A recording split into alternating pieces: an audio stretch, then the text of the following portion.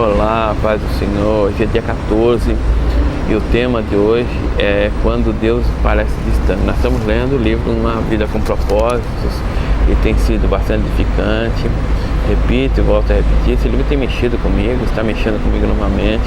Ainda tem pessoas que eu estava vendo, buscando certos materiais na internet, vendo pessoas que falam contra isso e tudo mais, mas eu não vejo nenhuma posição aqui errada sobre adoração, sobre situação. Claro que conscientemente, né? Então vamos continuar adorando. Deus quer essa intimidade mais próxima e não uma intimidade aparente. E vamos analisar hoje a leitura desse capítulo, e quando Deus parece distante. Ele se escondeu do seu povo, mas eu confio nele e nele ponho a minha esperança. Isaías capítulo 8, verso 17. Deus é real, não importa como você se sinta. É fácil adorar a Deus quando as coisas vão bem, quando Ele provê comida, amigos, família, saúde e situações felizes, mas eventualidades nem sempre são agradáveis. Então, como você pode adorar a Deus? O que você faz quando o Senhor parece estar milhões de quilômetros? A mais profunda adoração é louvar a Deus apesar da dor, dar graças durante a provação, manter a confiança nele em meio das tentações, render-se a ele durante o sofrimento e amá-lo quando ele parece distante. Amizades são frequentemente testadas por separação ou silêncio. Ou você é separado pela distância física ou está em possibilidade de se comunicar. Na sua amizade com Deus, nem sempre você se sentirá próximo dele. Filipe Yancey observa sabiamente: todo relacionamento passa pelo período de proximidade e distanciamento. No relacionamento com Deus, muito mais íntimo que seja, o pêndulo vai oscilar de um lado para o outro. É aí que a adoração fica difícil. Para amadurecer sua amizade, Deus irá testá-la com períodos de aparente separação, momentos em que se tem o sentimento de que fomos abandonados ou esquecidos por Deus. Tem-se ainda a impressão de que Deus está a quilômetros de distância. João da Cruz referia-se a esses dias do deserto espiritual, dúvida e distanciamento de Deus como a noite escura da alma. R. Nowe chamava os mistérios da ausência. Por sua vez, Tozer denominava o mistério da noite. Outros mencionavam como o inverno do coração. Com exceção de Jesus, Davi foi provavelmente quem manteve mais íntima amizade com Deus. O Senhor teve prazer em chamá-lo um homem segundo o meu coração. 1 Samuel, capítulo 13, verso 14 e Atos, capítulo 13, verso 22. Apesar disso, Davi frequentemente reclamava da aparente ausência de Deus. Por que, Senhor, tu permaneces afastado na hora do sofrimento? Por que te escondes de mim? Salmos capítulo 10, verso 1. Por que te esqueces de mim? Por que ignoras meus pedidos de socorro? Salmos capítulo 43, verso 2. Que me abandonastes? É óbvio que Deus não abandonara realmente a Davi, assim como não abandona você. Ele prometeu várias vezes jamais nos abandonar ou rejeitar. Deuteronômio 31, 8 e outros. Deus não prometeu: você sempre sentirá a minha presença. Há momentos em que Ele parece ter desaparecido de nossa vida em pleno combate. Floyd McClung descreve o que acontece. Certo dia, você acorda e percebe que todas as sensações de comunhão espiritual se foram. Você ora, mas nada acontece. Repreende o diabo, mas isso não muda nada.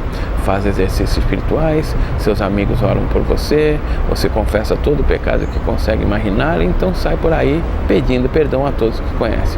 Você jejua e nada ainda. Então começa a se perguntar quanto tempo essa escuridão espiritual irá durar. Dias? Semanas?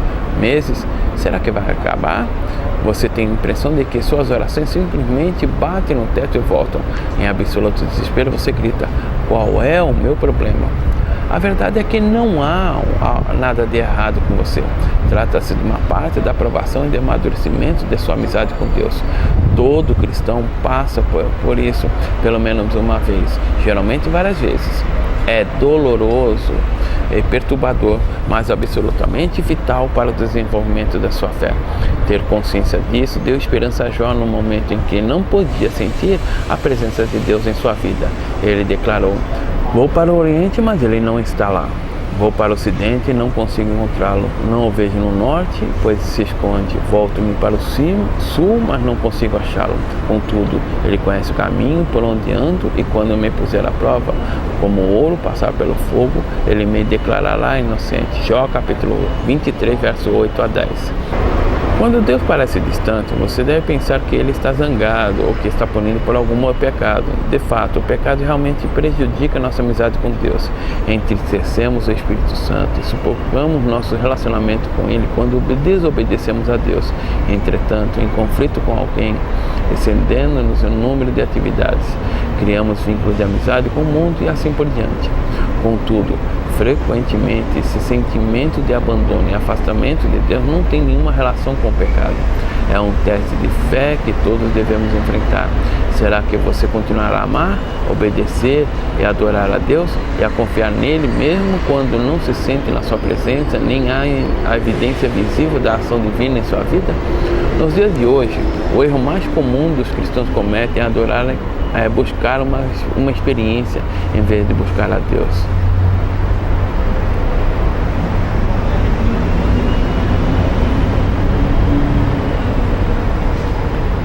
É buscar uma experiência do que ao invés de buscar a Deus.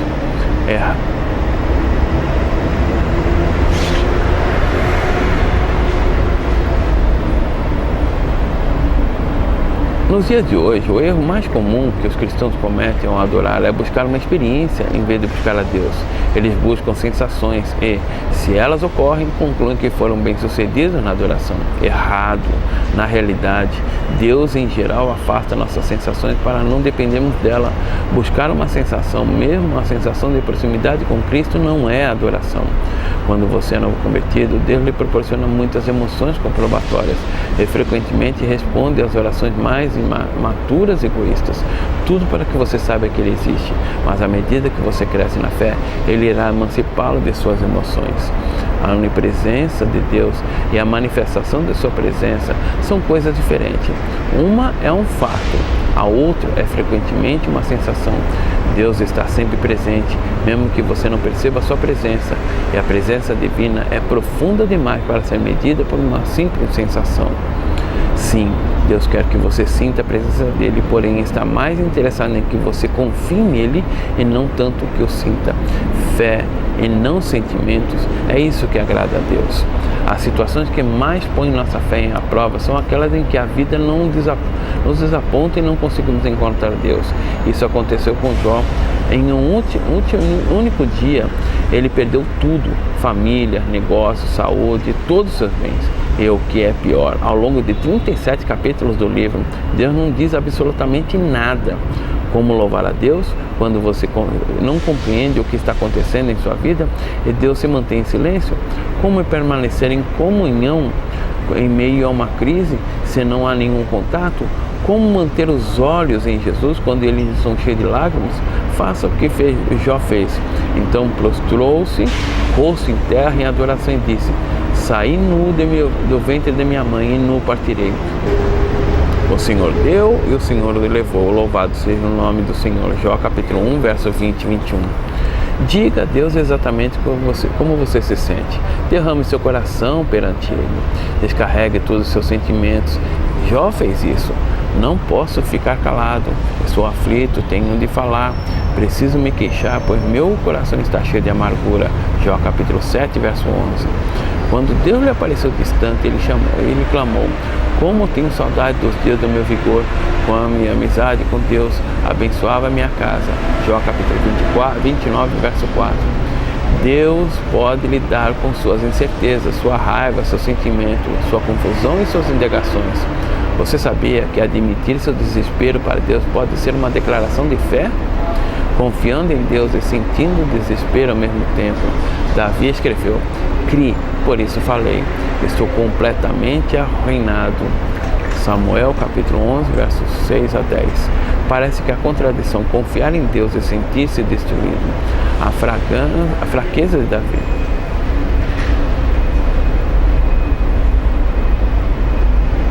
A fraqueza de Davi, na verdade, revela uma fé profunda. Em primeiro lugar, ele acreditava em Deus. Em segundo lugar, ele acreditava que o Senhor ouviria a sua oração. Em terceiro lugar, ele acreditava que Deus lhe permitia expor todos os seus sentimentos e ainda assim o amaria. Concentre-se no Deus imutável. Independentemente da circunstância, de como esteja se sentindo, apegue-se ao caráter imutável de Deus.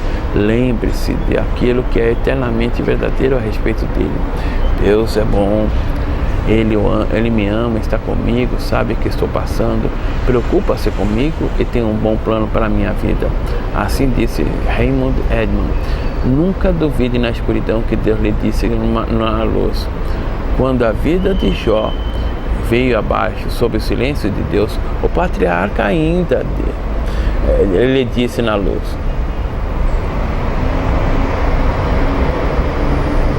O patriarca ainda achou o seguinte motivo para louvá-lo: ele é bom e amoroso, Jó capítulo 10, verso 12. Ele é todo poderoso, Jó capítulo 37, 5 e 23. Ele repara em cada detalhe da minha vida, Jó capítulo 23, verso 10. Ele está no controle, Jó capítulo 34, verso 13. Ele tem um plano para a minha vida, Jó 23, 14. Ele vai me salvar, Jó 19, 25. Confie que Deus cumprirá o que prometeu. Em tempos de deserto espiritual, você deve confiar pacientemente nas promessas de Deus e não nas próprias emoções. Procure entender o que Ele está levando a um nível mais profundo de maturidade. É frívola a amizade. É frívola a amizade baseada em emoções. Então não fique preocupado com os problemas. A circunstância não pode mudar o caráter de Deus. A graça do Senhor ainda é abundante. Ele ainda cuida de você, mesmo quando você não pode senti-lo. Na ausência das circunstâncias, Jó se apegou à palavra de Deus. Ele disse: não me afastei dos mandamentos dos seus lábios. Não se afaste dos mandamentos dos seus lábios.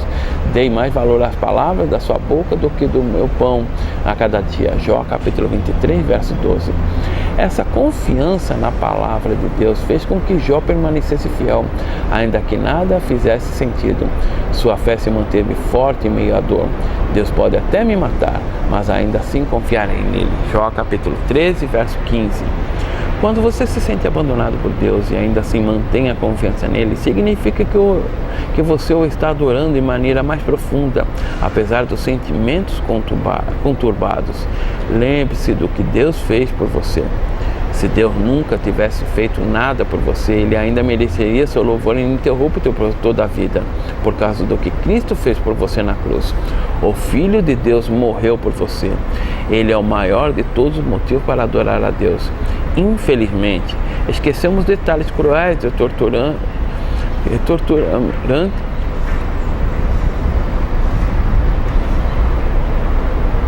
Infelizmente, esquecemos detalhes cruéis e torturantes sacrifícios que Deus fez a nosso favor.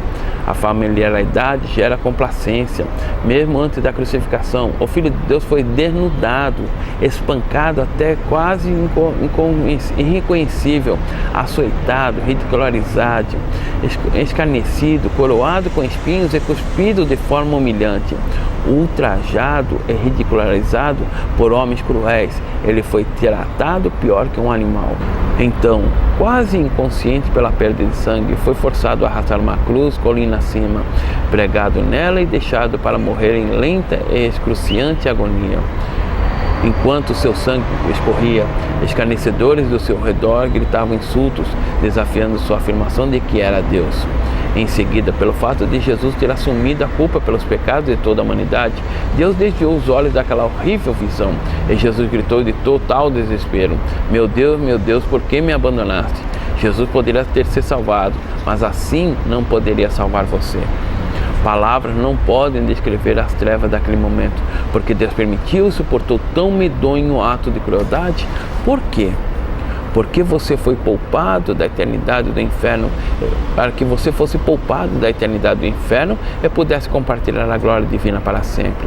A Bíblia diz: em Cristo não havia pecado, mas Deus colocou sobre Cristo a culpa dos nossos pecados, para que nós, em união com Ele, vivamos de acordo com a vontade de Deus. 2 Coríntios, capítulo 5, verso 21. Jesus desistiu de todas as coisas para que você pudesse ter todas as coisas. Ele morreu para que você pudesse viver para sempre. Somente isso já valeu o seu agradecimento e louvor contínuos, e justifica nunca mais perguntar por que motivo deve ser grato. 14º dia, pensando sobre o meu propósito de vida. Um tema para reflexão: Deus é real a respeito de como você se sente. Um versículo para memorizar. Deus disse: eu nunca os deixarei, jamais os abandonarei. Hebreus capítulo 13, verso 5. Uma pergunta para meditar: como posso me concentrar na presença de Deus, especialmente quando Ele parece distante? Essa é uma das questões que eu sempre medito, e talvez seja uma das razões de eu estar lendo esse livro. Eu acredito porque eu particularmente estou vivendo nesse momento um momento de muita dúvida, muitos porquês, mas eu creio que Deus está no controle de todas as coisas. Eu tenho orado, tenho buscado, Deus não tem deixado faltar, mas tem limitado muitas coisas acontecendo, muitas coisas que eu tenho desejado. Eu tenho procurado certos empregos, não tenho conseguido. Eu tenho tentado lançar certos propósitos, não tenho alcançado. Eu tenho buscado certas coisas, até fazer a obra de Deus, e não tenho alcançado. A gente pensa, como o próprio Rick Warren fala, que talvez pensamos que nosso pecado está distanciando. Não, Deus está permitindo para que nós possamos crescer. É no momento de solidão, é no momento de distanciamento que provamos ser amigos verdadeiros de Deus. É muito fácil estar na igreja, ser santo na igreja.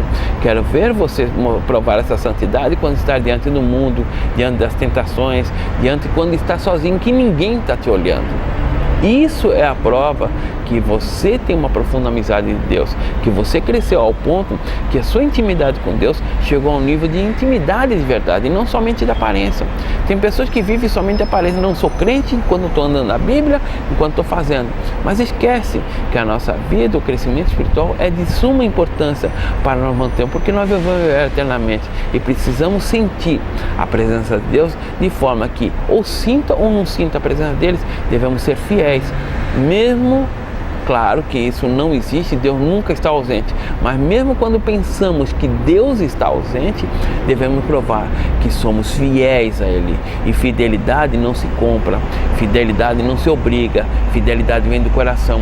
E esse é o ensinamento que Cristo coloca para nós, para nos concentrar a sermos fiéis, mesmo quando estamos no deserto.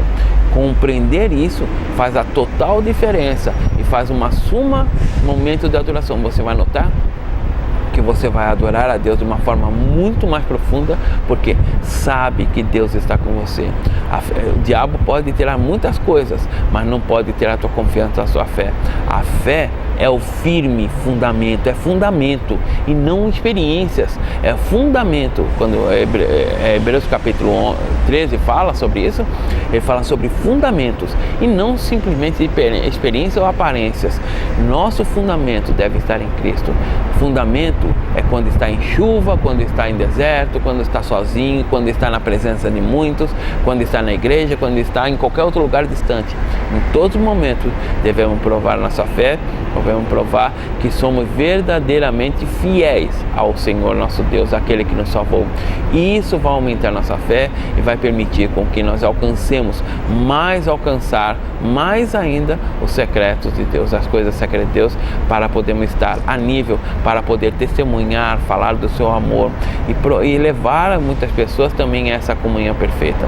É importante para que Deus possa nos levar a lugares que Ele tem projeto em nossas vidas. Ele precisa fazer com que nós sejamos capacitados para estar nesses lugares. Senão, como é que fica? Fica difícil. Se você não se preparar, não estudar, como você vai pregar? Você vai pregar coisas que talvez você ouviu ou você pouco leu. Mas é importante quando você tem uma experiência. E isso vai fazer toda a diferença na sua pregação.